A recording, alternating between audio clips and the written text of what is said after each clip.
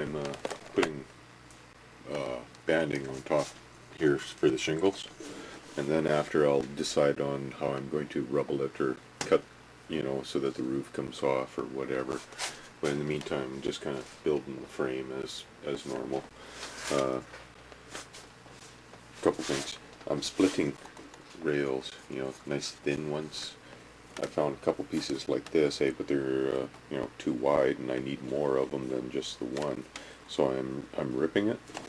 So now this is impossible for me to show because I can't put the camera down at an angle that you'll be able to see. So I will just kind of show it like this. The cage of the table, okay? Now, as I'm cutting it, I'm holding it like this, and I only have like maybe a half an inch off the edge of the table, okay? And as I cut it, rip it, you hold your saw at a nice low angle, that way you can get a nice straight cut, just like you do with a pull saw. If you've never used a pull saw, man, those are the best things for cutting wood, is a pull saw. Mine are big ones, so I don't have them. Well, these are pull saws too, right? So as I cut it, I just keep sliding it out, so the edge of the blade is only going through about that much, right? So that's what I'm doing here. Like I said.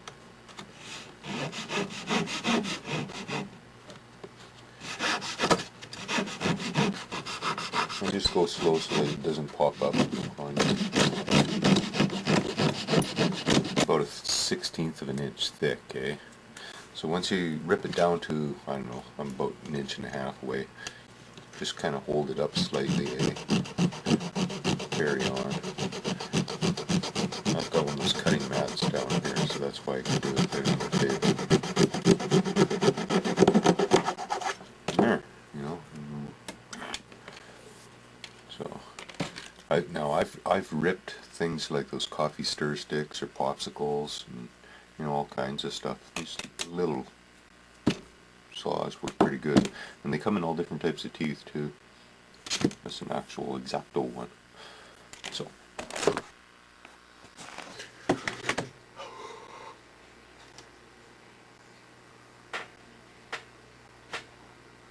Ugly skull. It's kind of cool. Always try to figure out what the heck to do with extra green stuff, eh? I'll work on this.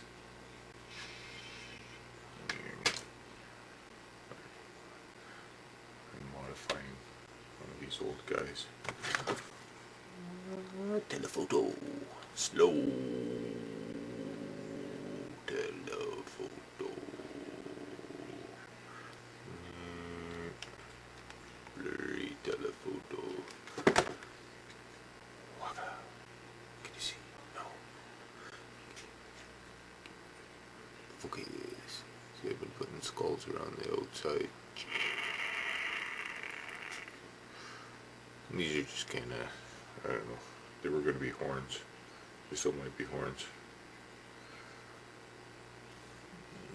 Look good. Look good. Look good. Okay. Back out. Go back. Go. Excellent.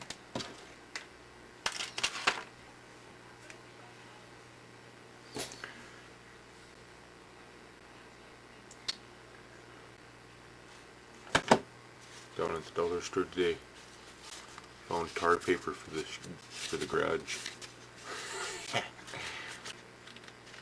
Actually, looks just like tar paper. It's kind of cool. I'm going to use that on the barn. The barn. So I started cutting the roof so that I could cutting it on certain spots so that I could have this section of the roof come off. And then that'll leave access to the loft. But before I do that, I have to brace these, put some side pieces on. Because otherwise, as soon as I do this piece is going to bust off, and you can tell this one here wasn't quite lined up, eh? This must have gotten bent when I was gluing it on. So I took my little saw, just and re-glued it back down. Excellent. Excellent. That's warm.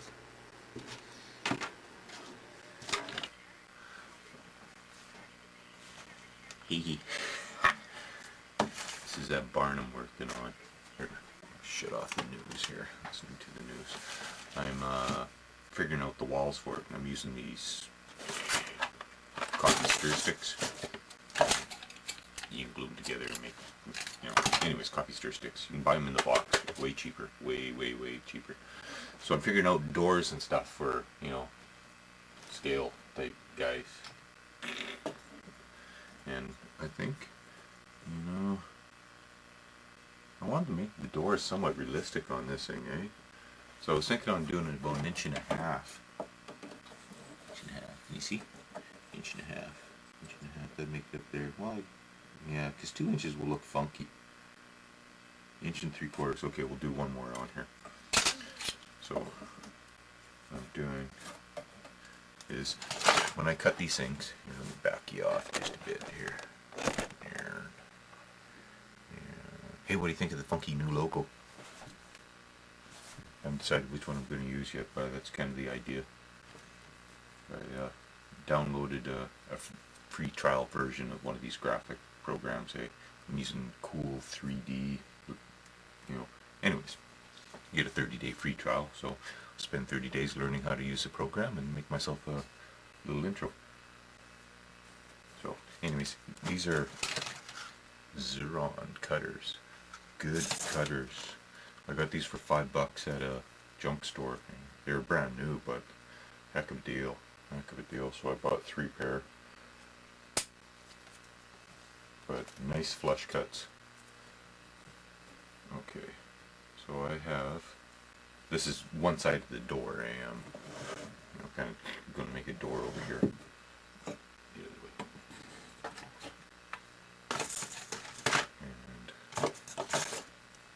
Dang it, I can't remember what it is. This is 45 mils. Now I know these guys are only, well, I'll get this guy here that was standing. Well, he's actually, with all his headdress and stuff, he's 48 mils. But on average, they're 28 mils from their base to their eyes, and the bases are, you know, maybe even 4. Yeah, maybe 4 mils bases. So 28 plus 4 plus the top, that makes 28, 32, 33, 35 mils on average for your figure height, actual height. Like if he's just a regular type guy. So this is 45, yeah. So that'll be okay. So I've got 1, 2, 3, 4, 5, 6, 7 of these. And they vary in size a little bit, but they're normally 1/4 inch wide, or 5, 6, you know, almost 7 mils, somewhere between 6 and 7 mils fat. I like them. I like them. You can split them too, eh? I've seen a couple different 3, 4, 5, 7. And then for the windows, what I'm using is I've cut out a whole bunch of these out of that snow fencing, plastic snow fencing. So I've got little square ones, and I've got these. They paint up really nice, actually, you know, because they actually paint up really nice. So I'm going to put a couple of those on the sides. How many of these does a guy need? 6. So I'll need gaps in the wall of 6. 7 if you want to put wood around your window and inset this. You know, like have your, you know, your walls, and then have actually an edging on it, and then set this in so that you've got a windowsill. Might do that too.